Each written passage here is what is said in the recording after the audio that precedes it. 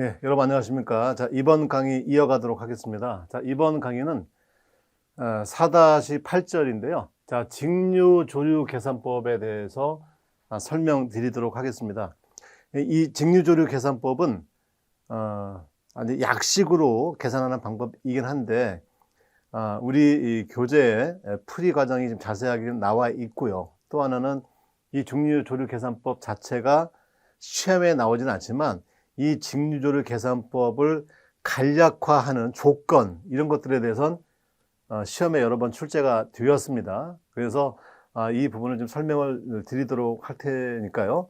이것은 나중에 실무에 충분히 적용이 가능한 조류 해석법이다 이렇게 이해를 하고 계시면 좋을 것 같아요. 그래서 충분히 잘 숙지를 하신 다음에 기술사를 따시고 나면 실무에 적용을 한 번씩 해볼 수 있는 기회가 있게 되길 바라겠습니다.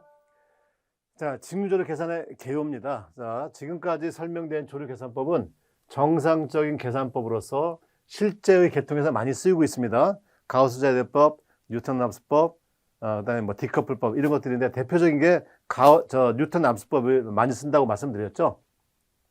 자, 단 모든 변수에 대해서는 계산을 통해서 정확한 값을 알 수는 있지만 비선형 방정식을 풀어야 하는 복잡한 계산법이고 계통이 커지면 계산기의 기억 용량이나 반복 횟수가 증대가 되고 계산 시간도 많이 필요하게 된다. 그렇죠? 자, 그러나 이제 실제의 조류 계산은 정확한 값이 아니더라도 대략적인 값만 알아도 충분한 경우가 많다 이런 말입니다. 예를 들면 계통의 확충 계획의 이반 또 내지는 선로의 신증설 여부 등을 따질 때는 복잡한 조류 계산을 통해서 복잡하게 오래 계산할 필요가 전혀 없다 이런 말입니다. 왜? 올해, 내년, 내후년 계속 부하가 증가하고 있어서 발전소 A, 변전소 B, 송전선로 C 이런 것들을 더 증설을 해야 되냐 말아야 되냐라고 하는 것들은 조류 계산을 복잡하게 할 이유가 전혀 없다 이런 얘기죠. 간단하게만 계산하더라도 어느 정도 규모의 발전소가 필요하고 어느 정도 용량의 변전소 정도가 필요하다라고 하는 것들은 내가 계획을 할 때 고려해 볼 수 있는 것들이죠. 정확하게 얼마다 이것은 알 수는 없겠지만 이것은 나중에 더 많은 자료를 가지고 해석을 해야 되겠지만 신증설 여부 그다음에 뭐 개통 계획을 이반 이럴 때는 뭐 계략적인 조류 계산만 해도 충분하다 이런 얘기입니다.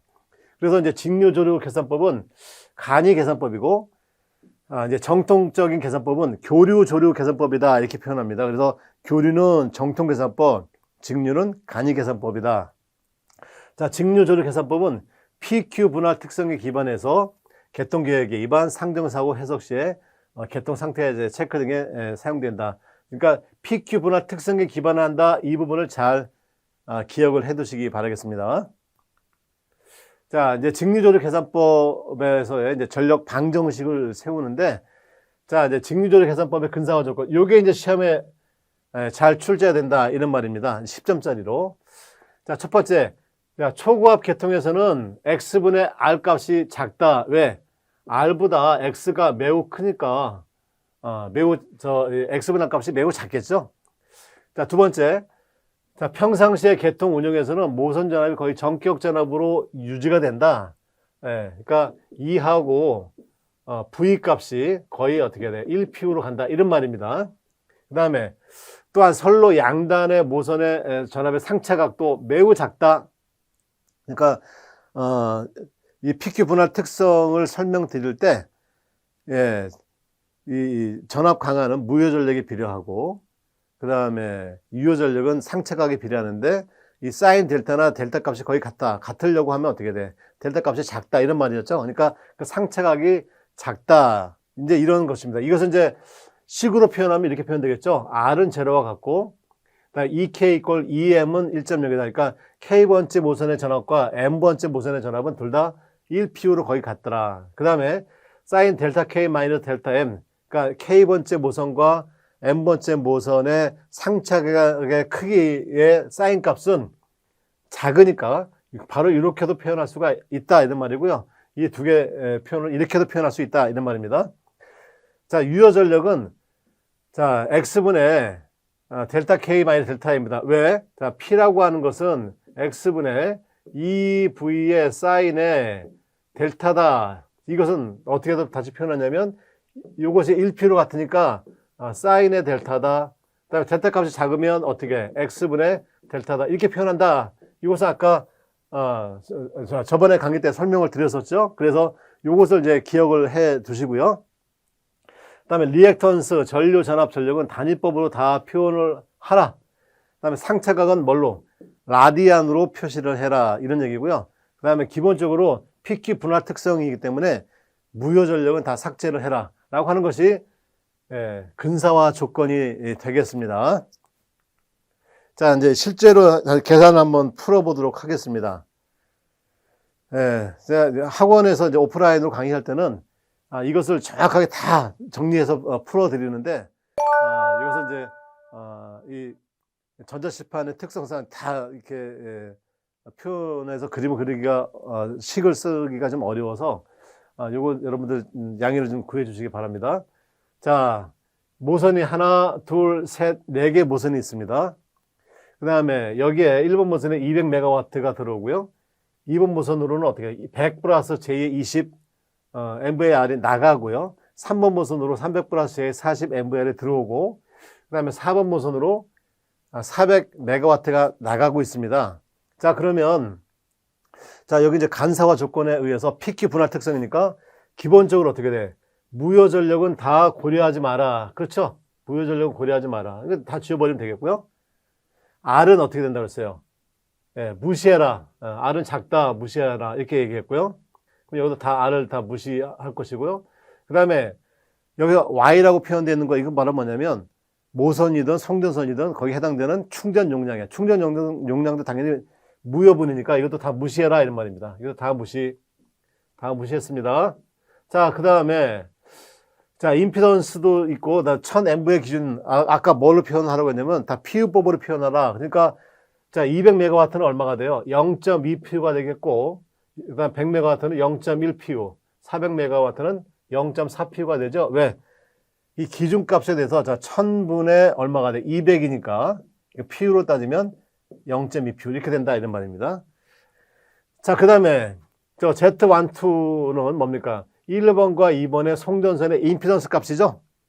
그 다음에 2, 4는 뭐예요? 2번과 4번 송전선의 임피던스 값입니다. 다 임피던스 값으로 주어져 있죠.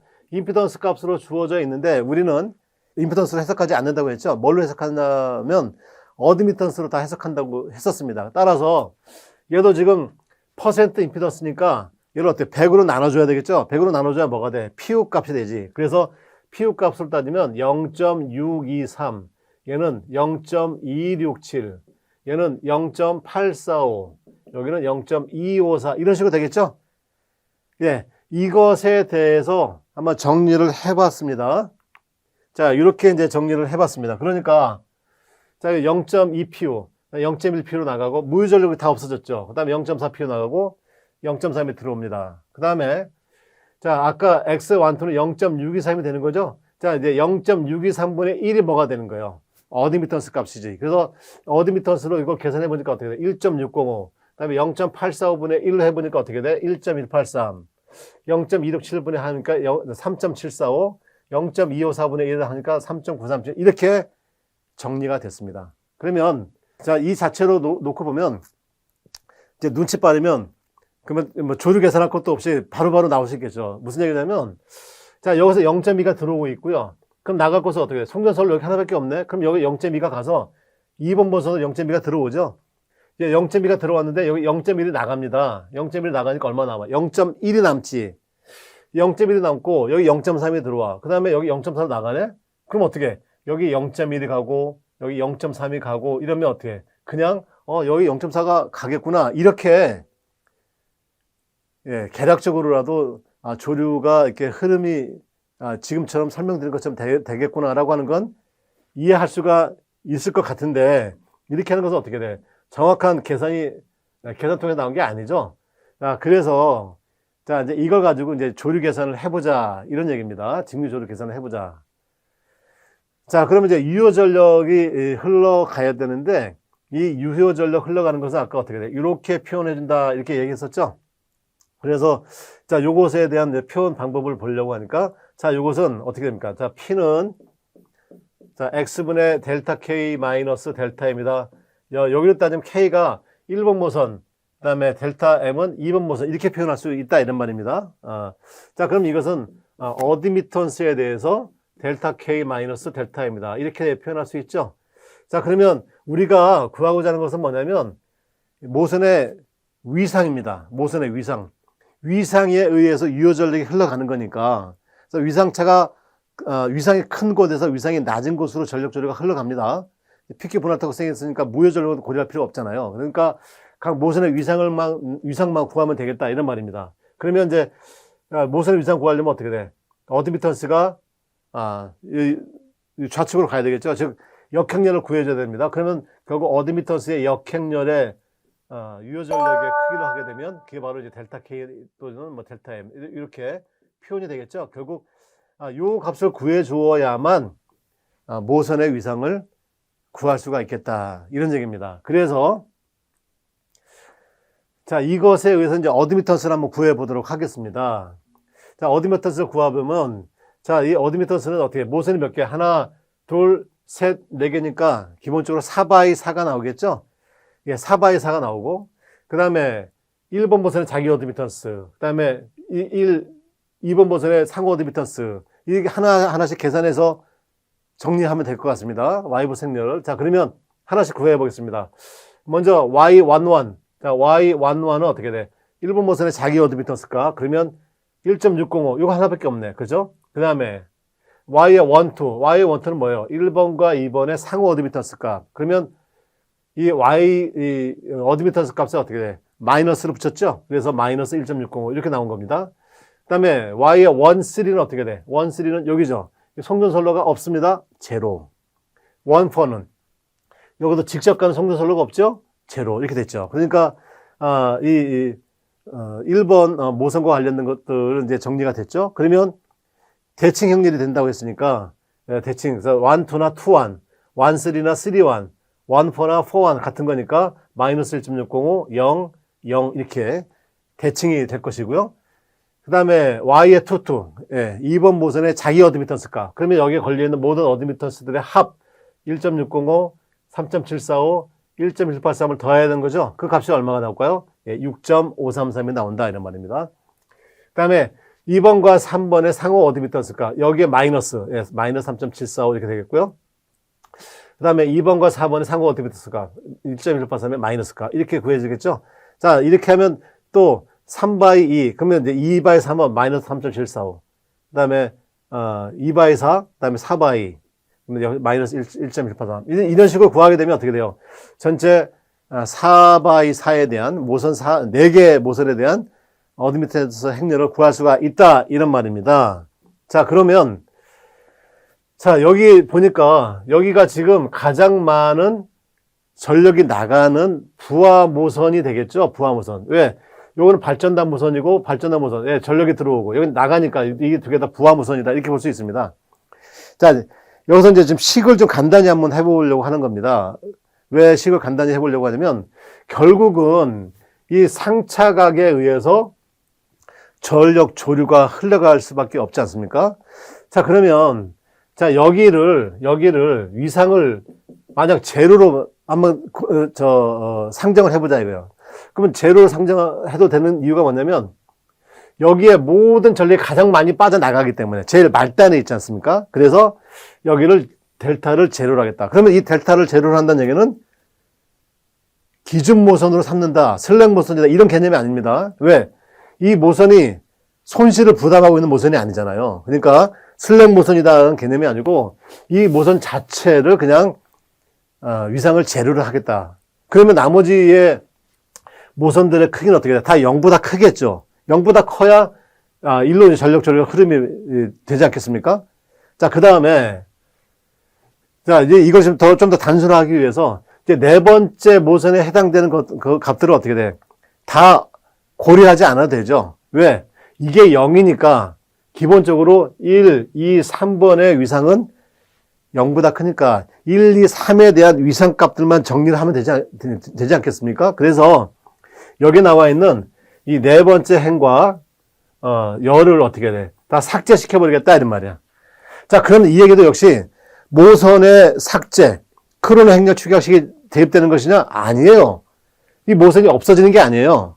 그대로 있잖아. 모선의 위상만 재료로 하려고 하다 보니까 이걸 하나의 이 위상들의 가장 작은 값 0으로 하는 그 값을 만들려고 하다 보니까 나머지 것들은 없어도 관계없다 이런 말입니다. 그러니까 모선의 삭제, 행렬 축약식 적용된 것도 아니고 그 다음에 이것이 기준 모선이다 이런 것도 아닙니다. 단순하게 최소화시켜지기 위한 이렇게 조건을 만들어내는 것이다. 그럼 결국 어떻게 돼?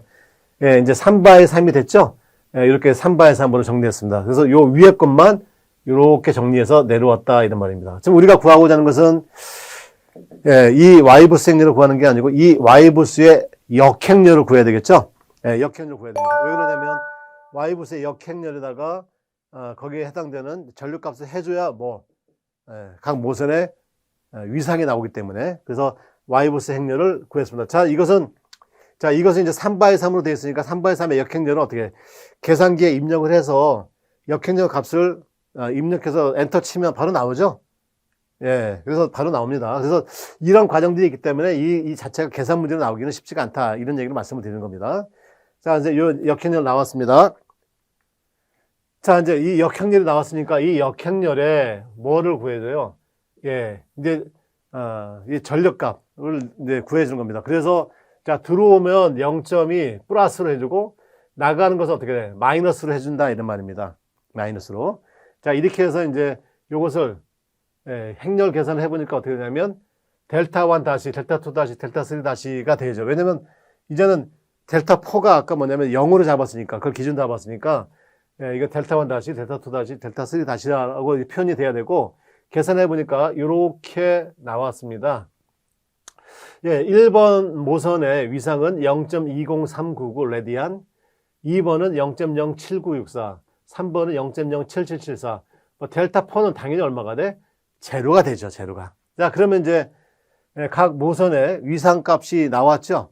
모선의 위상이 나왔습니다. 그러면 모선의 위상이 나왔으니까 이제 전력 조류가 어떻게 흘러가느냐. 그러면 당연히, 자, P는 X분의 델타 이 식에 의해서 P12, 자, 1번에서 2번으로 흘러가는 조류는 얼마냐? X의 12, 그죠? 송전선의 임피던스의 델타 1 마이너스 델타 2. 이렇게 계산하면 되겠죠?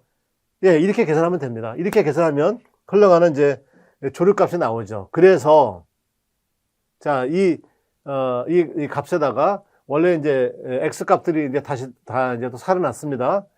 살아나서 이제 해보면, 자, P12다. 자, 그러면 이제 X의 12분의 델타 1 다시 마이너스 델타 2 다시 이렇게 되겠죠? 그러면, 자, X의 12가 얼마냐면 0.623이다. 그 다음에 델타는 얼마? 0.20399. 델타 2는 어때요? 0.07964. 그래서 이것을 계산하면 얼마 나오냐면 0.2PU로 이렇게 딱 계산이 됩니다. 그럼 0.2PU라는 건 뭐예요? 원래 자기 값으로 하려고 하면 기준값에다가 PU 값을 곱해주면 된다. 이렇게 말씀드렸었죠? 자, 곱해주면 어떻게 돼? 얘는 200 메가와트 이렇게 되겠죠? 그 다음에 자, P23입니다. 자, P23는 여기서 흘러가는 조류도 있겠죠. 왜? 여기에 당연히 위상이 여기다 위상 앞서잖아요. 0.079, 0.077 그러니까 얘가 위상이 더 앞섭니다. 그 다음에 송전선 연결되어 있고 그러니까 당연히 어떻게 돼? 1로 조류가 형성이 될 겁니다. 계산해 보니까 어떻게 돼? 자, X 값은 0.267분의 0.07964, 0.774니까 어때? 계산해 보면 0.006 PU가 나오더라. 그래서 얼마가? 6 메가와트가 갈 것이다. 이런 말이고요. 그 다음에 이제 역시 마찬가지로 이제 P24 하게 되면 2번에서 4로 여기서 가는 건 얼마냐?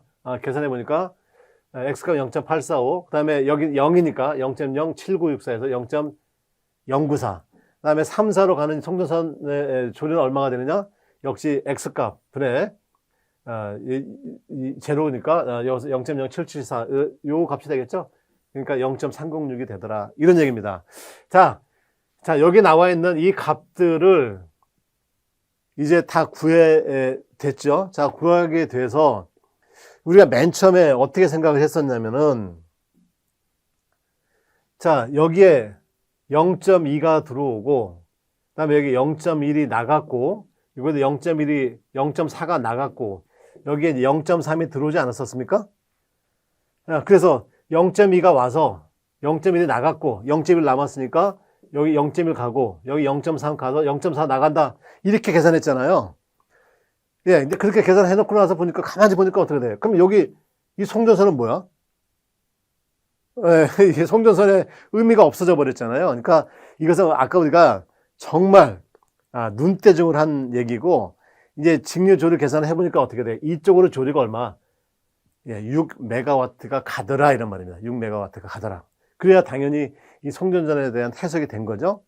예, 그래서 자 이제 최종적으로 보니까 자 이제 직류법 조류 계산의 결과를 보니까 자 여기 이제 200메가와트가 들어왔습니다. 그래서 200메가와트가 1번에서 2번으로 갔고, 그 다음에 100메가와트가 빠져나갔죠. 자, 그 다음에 여기 이제 나머지 100메가와트에서 이쪽으로, 우리 책도 잘못했습니다. 이렇게 해야 됩니다. 이제 6메가와트가 계산됐고, 그 다음에 300이 들어와서 6하고 300 합하면 얼마? 306으로 이렇게 가더라. 그래서 결국 원하는 400이 다 채워졌죠. 왜? 여기 이제 94가 갔으니까. 자, 이게 이제 직류법으로 계산을 해봤는데, 이제 무엇하고 비교를 해봤느냐면 정통법으로 계산을 해봐야 되겠죠. 예, 교류법으로 계산을 해봐야 되겠습니다. 그래서 교류법으로 계산을 해보니까 요 밑에 가로친 게 교류법에 의한 결과물입니다. 자, 그러니까 여기는 뭐 큰 문제 없는데, 자, 일로 6으로 가는 걸로 봤는데 계산해보니까 얼마야? 3이었다 이런 말이고, 그 다음에 여기서 300이 들어와서 306으로 갔는데 여기 3 들어왔어. 그 다음에 여기 300 왔어. 그러니까 얼마가 돼? 자, 303으로 가더라 이런 말입니다. 자, 그런 여기서 하고자 하는 얘기는 뭐냐면, 자, 6이 됐든 3이 됐든 여전히 조류가 형성이 되었다 이런 말이고, 그 다음에 여기서 306이 갔든 303이 갔든 큰 조류가 형성돼서 가더라 이런 말입니다. 지금 303과 306은 어떻게 돼? 큰 대세에 영향이 없죠. 예, 그러니까 앞으로 만약 여기 부하가 건설된다고 하면 이 부하의 조류가 형성이 됩니다. 그러니까 송전선이 필요합니다 라고 하는 것을 반증한다 이런 말이잖아요. 그렇죠. 그래서 아까 서두에도 설명드린 것처럼 이 송전선로의 신증설 여부를 따질 때, 그렇죠, 디테일하게 이렇게 뭐 303 이렇게까지 할 필요가 뭐 있냐 이 말이야. 아, 이거 306이 간다. 가는구나. 그럼 송전선 필요하지. 이렇게 계산해서 따질 수도 있다. 그렇죠. 이렇게 해서 푸는 방식이 이제 직류법을 이용한 직류조류 계산법이다. 이 부분 설명을 드렸습니다. 자, 이건 뭐 어려운 내용은 아니지만 여러분들 이거 잘 기억해 놓으시면 나중에 실무에도 간단하게 조류 계산을 적용할 수 있는 것이다. 이렇게 이해하시면 좋겠습니다. 자, 이번 강의 여기서 마치도록 하겠습니다.